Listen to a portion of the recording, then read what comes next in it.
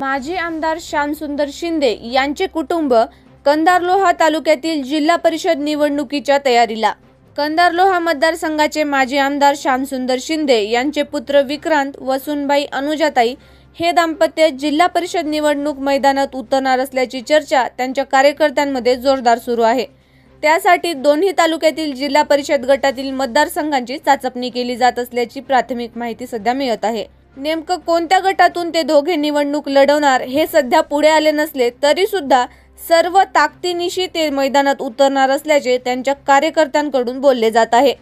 विकास कामांची वेगळी छाप सोडलेले माजी आमदार श्यामसुंदर शिंदे यांच्या कुटुंबातील व्यक्ती जिल्हा परिषद निवडणूक मैदानात उतरल्यास निवडणुकीत चांगलीच रंगत भरेल।